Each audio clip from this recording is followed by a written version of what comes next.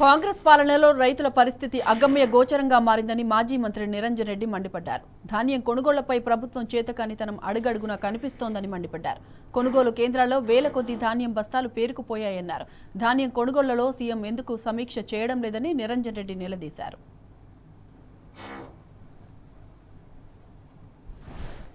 అన్ని ఎకరాలకు అందకపోయినా ఉన్నకాడికి రైతులు తమ శక్తిని కూడగట్టుకొని యాసంగి పంటలను అద్భుతంగా పండించినారు. ఈసారి పంట సీజన్ కూడా అనుకూలించింది రైతులకు. చాలా చోట్ల కొన్ని చోట్ల వడగళ్ల వాన వచ్చినా కూడా ఎక్కువ మటుకు పంట బాగా వచ్చింది.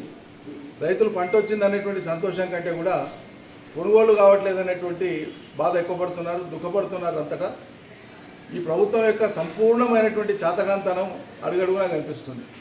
వేల కొనుగోలు కేంద్రాలలో ఇవాళ ఉండేటువంటి పరిస్థితి, వరి కొనుగోలు కేంద్రాల్లో ఉండే పరిస్థితి ఏంటంటే అవి ఐకేపీ సెంటర్లు కావచ్చు, పిఎస్ఏ సెంటర్లు కావచ్చు, మరొకటి కావచ్చు, ప్రభుత్వం తెచ్చినటువంటి అన్ని కొనుగోలు కేంద్రాల వద్ద వేలకు వేల ధాన్యం బస్తాలు కాంటాలు బట్టి అట్లా పడేసినారు.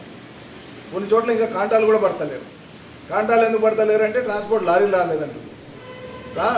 కాంటా పట్టిన బస్తాలు ఎందుకు ఎత్తుతలేరంటేనంటే ట్రాన్స్పోర్ట్ లారీలు రాలేదంటున్నారు. ఏం జరుగుతుంది అసలు? ప్రభుత్వం ఎనికి తిరిగి చూసుకుంటున్నదా? సమీక్ష చేస్తుందా? రోజువారీ ఏమీ లేదు, గుడ్డేది చేయలేబట్టేట్లుంది. వేలకు ఇప్పుడు రైతు ఒట్టి తూకం చేస్తే రైతు పని అయిపోతలేదు. అట్లా ప్రభుత్వం ఆ బాధ్యత తీసుకుంటే బాగుండే. రైతు కళ్ళాలకు తేవాలి, తూకం చేపియాలి.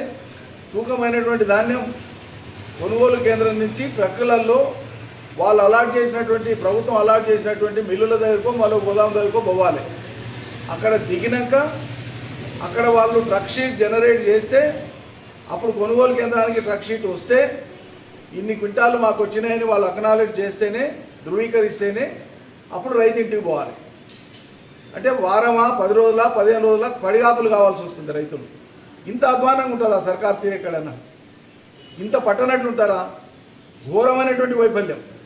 ఒక యాసంగిలో తరుగు రాదు, తరుగు తీయకూడదు, తరుగు రాదు. ఎందుకంటే చేల మీదనే వరి ఎండుతుంది, పూర్తిగా ఎండి ఉంటుంది. కానీ యాసంగిలో కూడా తరుగులు తీస్తున్నారు, క్వింటాలు తీస్తున్నారు ప్రతి లారీకి. ఎవడు అడిగేటోళ్ళు లేడు. అదేవిధంగా ప్రభుత్వం దిక్కు కొత్త గన్ని బ్యాగులు కొన్నటువంటి లెక్క చూపిస్తుంది. కానీ కొనుగోలు కేంద్రాలలో పరీక్ష చేస్తే ఎక్కడ పోయి చూసినా కూడా కొత్త గన్ని బ్యాగులు కనిపించవు. 10-15% కొత్త బ్యాగులు కనిపిస్తే 80-85% పాత బ్యాగులు ఉంటాయి. ఏం జరుగుతుంది? వచ్చినటువంటి కొత్త బ్యాగులను లోపలనే మాయం చేసేసి బజార్లో సెకండ్ హ్యాండ్ బ్యాగులను తీసుకొని వచ్చి వాడిన బ్యాగులను, రంధ్రాలు పడ్డ బ్యాగులను, చీకిపోయిన బ్యాగులను, పాత బ్యాగులను తీసుకొని వచ్చి వాటిని వాడుతున్నారు. తద్వారా ఏమవుతుంది? ధాన్యం లీకేజ్ అయిపోతుంది. ఎత్తే కాడ, దించే కాడ, అన్లోడ్ చేసే కాడ మొత్తంలో ఆ తరుగు మళ్ళీ రైతు మీద పడతా ఉంది. ఇన్ని రకాలుగా ఘోరమైనటువంటి వైఫల్యాలతోనే కొనుగోలు కేంద్రాలు నడుస్తున్నాయి. ప్రభుత్వం అసలు సరిదిద్దుకుందాము, సరిచేద్దాము, రైతులకు ఇబ్బంది కలగకుండా చేద్దాము, ఏ రోజుకు ఆ రోజు అనేటువంటి ఆ ధ్యాస కానీ, ఆ ఇంగిత కానీ ప్రభుత్వం ప్రదర్శిస్తలేదు. ఏ మంత్రులకు ఏమి పట్టదు. ప్రజాప్రతినిధులు అనేవాళ్ళు అసలు ఏం జరుగుతుందో వాళ్ళకి అవగాహన కూడా లేదు చాలామందికి.